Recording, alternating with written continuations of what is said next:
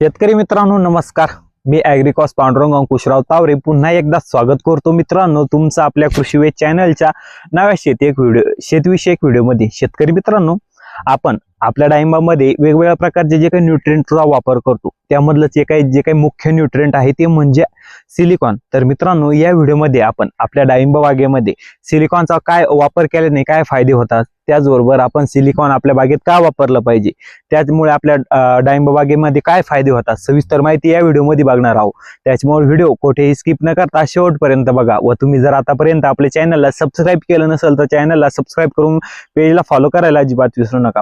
शेतकरी मित्रांनो, आपण डाळिंब बागेमध्ये जे काही झाडाची योग्य वाढ होण्यासाठी, सर्वांगीण विकास होण्यासाठी नायट्रोजन, फॉस्फरस आणि पोटॅशियम हे जे काही मुख्य अन्नद्रव्य आहे यांचा वापर तर करतोच.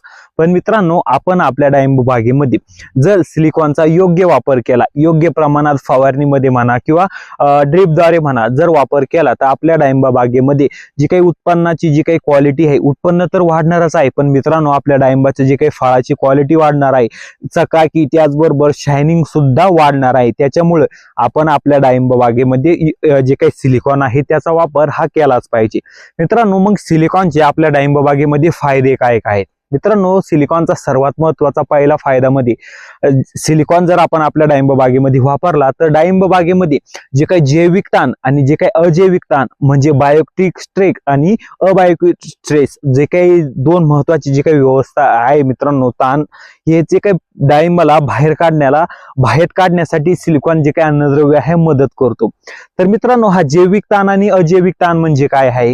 मित्रांनो, जैविक ताण म्हणजे जर आपण आपल्या डाळिंब बागेमध्ये सिलिकॉनचा जर वापर केला तर आपल्या डाळिंब बागेमध्ये जी काही किडी व रोगांची जो काही आपल्या डाळिंब बागेवर अटॅक होणार आहे तो कमी होईल. व अटॅक झाला बिन तर आपल्या डाळिंब बागेवर त्याचा परिणाम खूपच कमी होईल. त्याच्यामुळे सिलिकॉनचा वापर आपल्या डाळिंब बागेमध्ये आपण केला पाहिजे.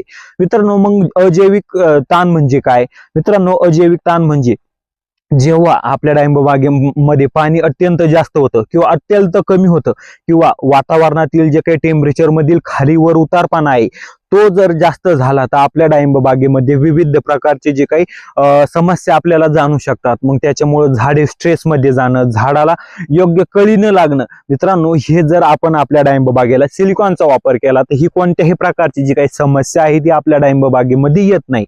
मित्रांनो, आणखीन आपल्या डाळिंब बागेमध्ये सिलिकॉनचे काय फायदे आहेत? तर मित्रांनो, सर्वात महत्वाचा, जर सिलिकॉन आपण आपल्या डाळिंब बागेमध्ये दिला तर आपल्या डाळिंब बागेमध्ये प्रकाश संश्लेषण जास्त होईल. मित्रांनो, जेवढी प्रकाश संश्लेषण ही जास्त होईल तेवढंच आपल्या डाळिंबाच्या बागेमध्ये जे काही झाड आहे त्याच्यामध्ये अन्न बनण्याची जी काही प्रक्रिया आहे ती जास्त होईल. व जेवढं अन्न बनण्याची प्रक्रिया जास्त होईल साहजिकच आहे आपल्या उत्पादनात ही वाढ होणार नाही. तर मित्रांनो, काय होतं, उन्हाळ्यात काही वेळेस आपल्याला पाणी हे कमी पडतं.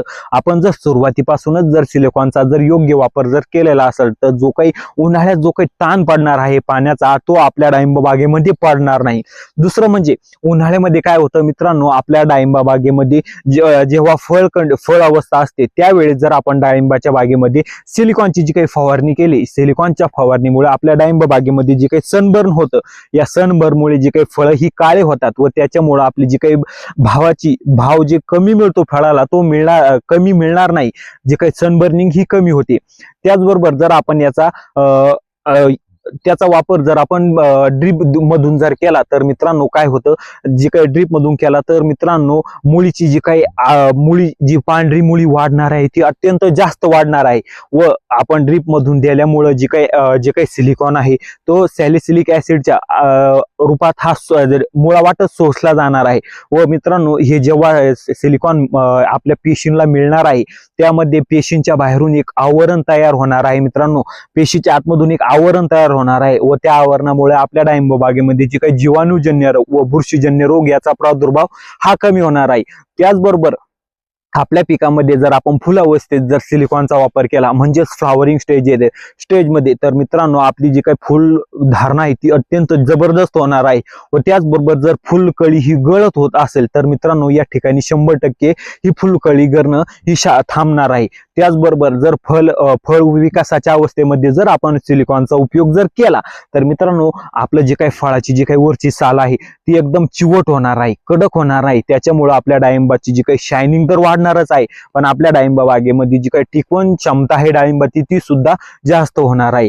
तर मित्रांनो या सिलिकॉनचा वापर आपण डाळिंबा बागेमध्ये कधी केला पाहिजे? मित्रांनो आपण पानगळीनंतर आपण साधारणपणे 20 किलो जे काही सिलिकॉन आहे ते आपण आपल्या डाळिंबा बागेमध्ये ड्रीपद्वारे वापरू शकतो. व फवारणीमधून जर आपल्याला सिलिकॉन वापरायचं असेल तर मग आपण जे काही ऑर्थोसेलेसिक ऍसिड असलेलं कोणतंही प्रोडक्ट आपण आपल्या डाळिंबा बागेमध्ये वापरू शकतो. मग यामध्ये सिलामोल असेल किंवा जे काही सिलिक्झॉल नावाचं जे काही प्रोडक्ट येतं याचा सुद्धा वापर तुम्ही आपल्या डाळिंबा बागेमध्ये करू शकता. तर मित्रांनो आपण सिलिकॉन अन्नद्रव्याविषयी भरपूर टोटल माहिती जी काही ही या व्हिडिओमध्ये बघितली असेल. तर मित्रांनो तुम्हाला जर व्हिडिओ आवडला असेल तर व्हिडिओला लाईक करा. हा व्हिडिओ आपले इतर जे काही डाळिंब उत्पादक शेतकरी आहे त्यांना शेअर करून चॅनलला सबस्क्राईब करायला अजिबात विसरू नका. धन्यवाद.